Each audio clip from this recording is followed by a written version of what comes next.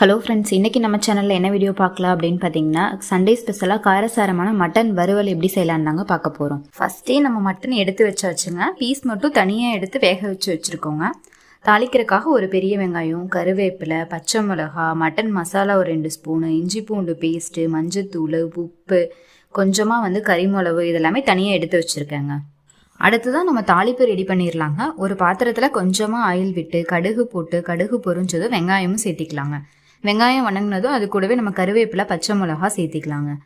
இது கூடவே நம்ம தனியாக எடுத்து வச்சுருக்கோம் இல்லைங்களா மட்டன் பீஸ், அதுவும் உள்ளே சேர்த்திக்கலாங்க. அடுத்ததாக பார்த்தா மஞ்சத்தூள், உப்பு சேர்த்திக்கலாங்க. இஞ்சி பூண்டு பேஸ்ட்டு, கறிமிளகு, மட்டன் மசாலா இதுவும் கூட சேர்த்திடுங்க. நீங்கள் தேங்காய் துருவல் கூட சேர்த்திக்கலாங்க. அது இன்னும் டேஸ்ட் அதிகமாக தருங்க. இது எல்லாமே நல்லா மிக்ஸ் ஆகி வரணுங்க. நல்லா வணங்கிடுச்சு. இப்போ நம்ம மல்லி இலை கூட தூவி இறக்கிடலாங்க.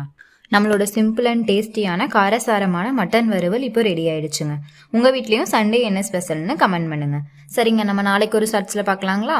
வீடியோ பிடிச்சிருந்துச்சுன்னா கமெண்ட் பண்ணுங்கள், லைக் பண்ணுங்கள், ஷேர் பண்ணுங்கள். அப்படியே நம்ம சேனலை சப்ஸ்கிரைப் பண்ணவும் மறந்துடாதீங்க.